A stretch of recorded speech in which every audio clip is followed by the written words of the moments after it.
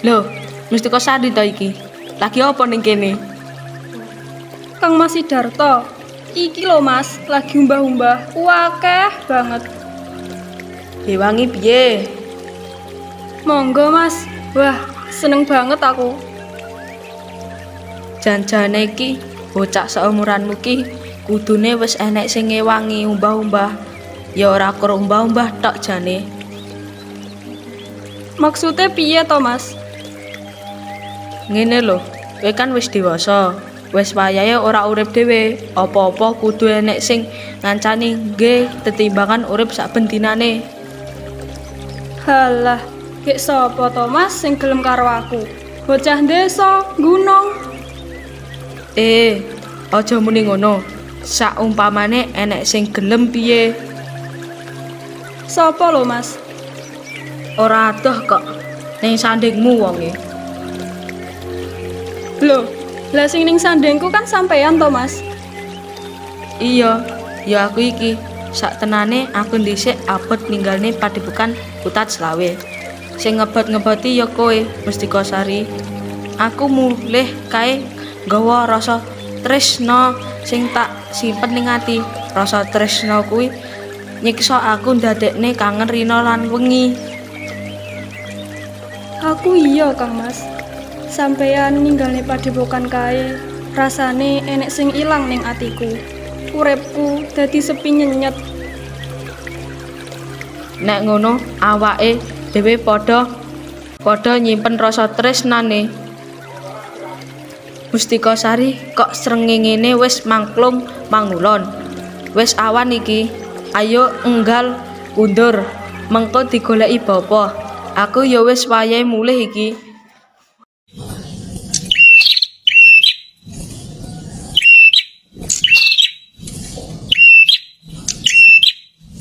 Awan-awan prenjake kok padha ngganter ki arep enek tamu sapa lho. Ning ndi Mustika Sari ki mau? Mustika Sari, Mustika Sari. Bapa nimbali kula. Iya, Nduk, ning ndi ae kowe ki mau? Wonten sendang Bapa, mbah-mbah. Kok suwi men? Lah kathah lho Bapa. Ya wis, Nduk, lungguh kene. Kula ingkang sowan Bapa. Lho,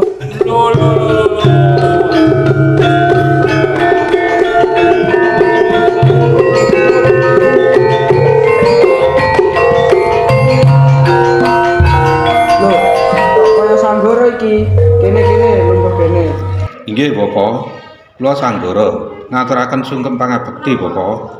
Iya, Nger, tak tampa. Pangestune wong tuwa ditampani ya. Inggih Bapa, dalam pundi mugi dadosna jimat. Wis suwi lho kowe ninggalne Putat Slawe, lak ya padha slamet to. Pikantuk pangestunipun Bapa wilujeng kalis ing sambikala. Ngaturi priksa Bapa. Bilih sakmenika kula sampun jumeneng adipati wonten Jagaraga. Dadi adipati. Wah, melu bunga aku, Nger. Tapi hati-hati lho, Nger. Dadi pejabat kuwi kudu amanah. Nek gawe keputusan aja sampe nyengsarane kawula. Aja KKN lho ya. Inggih Bapa, ngestakaken dawuh. Duh. Menika sinten Bapa? Kok wonten Wanudya Sulistya sanget. Mosok kowe pangling genah hadimu dhewe ngono kok. Endang Mustika Sari. Rumiyin taksih alit lho Bapa. Iya, nalika kowe ninggalne Putat Slawe kae isih cilik, saiki ya sakmono kowe. Sampun wonten ingkang kagungan apa dereng? Urung, Ger, urung. Menawi mekaten kaleresan Bapa. Kok kepeneran? Piye karepmu? Enggen kula lenggah adipati kirang jangkep Bapa. Kula dereng gadah sisian. Menawi dipun keparengaken Mustika Sari badhe kula suwun dados semah kula Bapa. Bapa, kula ingkang sowan. Sidarto to iki. Lah ya padha slamet to tekamu rene. Nggih, Bapa. Kula Sidarto. Pangestunipun Bapa. Wilujeng lampah kula ngaturaken sugeng pangabektine Bapa. Iya ngger tak tampa. Pangestune wong tuwa ditampani ya. Nggih, Bapak. Dalem pundi muga dadosan jimat. Kok kaya Mosok panggling sing tuwa ae kelingan kok. Dhisik tau jajan bareng ngene Pak Maryadi, makan jajan 5 ngaku loro. Kang Mas Anggara? Iya, aku Sanggara Sidarto. Suwe banget ya ora ketemu. Nggih, Kang Mas. Nalika panjenengan kundur weta Jagaraga, kula tansih wonten mriki kalih warsa malih. Iya Dimas, aku kundur kae ana jejiban sing kudu tak rampungke. Ngger Sidarto. Nggih, Bapak. Tekamu rene iki mau ana wigati apa pas tindak endi gek mampir ngono? Keparing matur, Bapak. Sowan menika sepindah pengen mangertos kawulujenge Bapak. Saha keluarga Putat Slawe mrika ingkang kaping kahlipun. Enek apa to ngger? Kok sajak pake wong nekmu matur, bloko suta wae. Ingkang kaping kahlipun. Nyuwun sewu, Bapak. Kepareng matur. Bilih kula kaliyan ingkang putra Endang Mustika Sari gadah sesambetan bakti. Loh, kowe tresno ngono piye? Nggih, Bapak. Anggen dalem sowan menika nglamar Endang Mustika Sari. Lho, Darto. Suwi ra ketemu kok dadak nyemoni aku barang ki nyapa to jane? Kula mboten nyemoni panjenengan, Kang Mas. Kula matur sak wontenipun. Nek ngono kowe nunggal karep karo aku. Iya iki. Kersanipun Kang Mas Sanggara. Kados pundi kula kon dereng mangertos to. Aku rene iki mau yo nglamar Endang Mustika Sari. Urungno wae karep-karepanmu. Loh, lah. Kula mboten mangertos Kang Mas. Kula mriki niki wau sowan Bapak. Kadahanipun Bapak ingkang maringi wasulan. Wah. Lah kok nyelengit tembungmu. Wis, kowe ngalah wae. Kowe sik enom. Ora iso. Urusan hati kok kon ngalah. Tresnane tenanan. Kok kon ngalah panjenengan ae sing ngalah. Ya ora iso, tresnaku ya tenanan.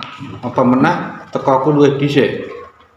Ora urusan teko dhisik apa keri. Sing penting Bapak durung maringi wasulan. Tembungmu kok sajak ora kepenak. Pokoke kowe kudu ngalah. Oh, ngajak geger to iki. Ya ora, tapi ya ora mundur.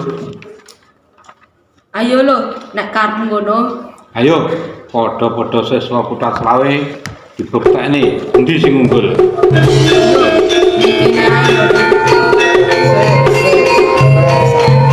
Ana perkara ki ya dirembuk, aja emosi. Nek emosi ki marai getun mburi. Bocah nom ki nek ra dituweki dadine bubrah. Nyuwun pangapunten, Bapak. Kene iki padepokan longger, panggone ngudi kawruh golek ilmu. Ayo padha nggunakne nalare. Nggih, Bapak. Sing arep nglakoni Mustika Sari, masih aku wong tuane ya pimpinan padepokan kene. Aku yo ora karepku dhewe, kabeh tak balekne neng Mustika Sari. Nduk Mustika Sari, Dalem Bapak. iki Kang Masmu sakeloron padha gegeran rebutan kowe. Piye, Nduk? Kula nggih bingung, Bapak. Menawi kula milih Kang Mas Sidarto, Kang Mas Anggara sering. Menawi kula milih Kang Mas Anggara, Kang Mas Sidarto sakit manahipun. Lah terus piye iki? Kudu enek kerampungane lho. Mekaten kemawon, Bapak. Kula nyuwun wekdal selangkung dinten. Kanggo apa kuwi? Nggih kagem menggalih to, Bapak. Bebojoan menika kan kagem selamanipun. Dados kedah dipun penggalih saestu. Ayo tenan anakku. Sanggara Sidarto, kowe wis krungu dhewe to? Mustika Sari njaluk wektu 20 dina. Nggih, Bapak. Mustika Sari Aja meneh mung 20 dina. 100 dina aku saguh. 200 dina aku saguh. 300 dina aku saguh. 400 dina aku saguh. 1000 dina aku saguh. 2000 dina aku saguh. Wis Ger, aja gecekan maneh. Mustika Sari mung njaluk wektu 20 dina. 20 dina ya 20 dina, ngerti? Nggih, Bapak. Menawi mekaten kula kepareng nyuwun pamit. Nyuwun pangestu, Bapak. Kula nggih nyuwun pamit. Nyuwun tambahi pangestune Bapak. Ya Ger, kabeh tak pangestoni. Mustika Sari, aku njaluk pamit ya. Aja lali engko WA-an ya. Nggih Kang Mas. Mustika Sari pun kakang njaluk pamit. Ya aja lali engko fotone awake dhewe diupload ning IG ya. Pamit suwi men ya. Duwe anak ayu kok malah dadi repot ngene. Kono nduk, lerenon dhisik kono. Delok TV, Facebookan apa ndelok Wopo channel kono nglipur ati.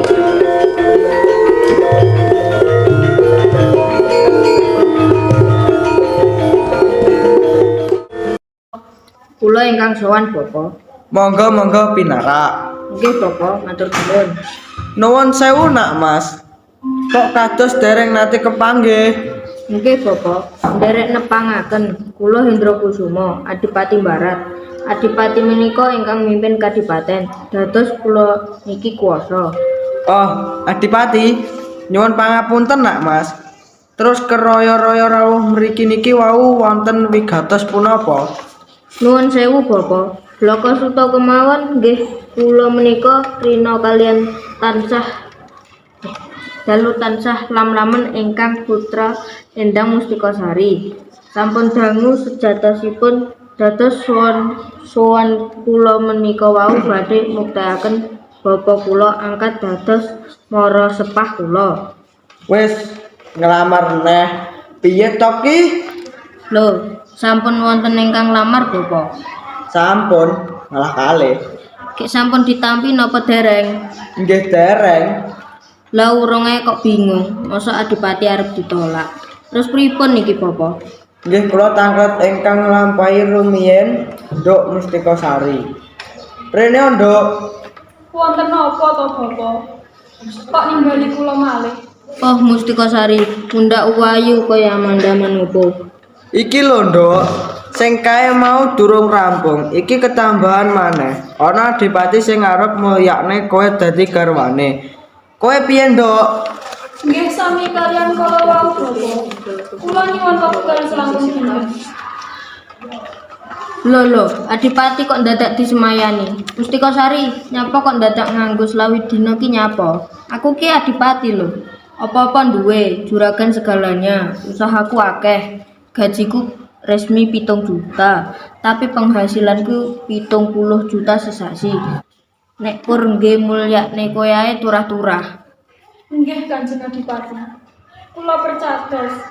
Nanging kula tetep nyuwun wekdal selangkung dinten. Oh, nek ngono carane kowe padha karo ngilani dadaku. Kowe nampe alus marang aku. Wis, saiki gelem ora gelem, iso ora iso, kowe kudu melu tak boyong neng kadipaten. Prajurit, rangketen bapa, gawa neng kadipaten.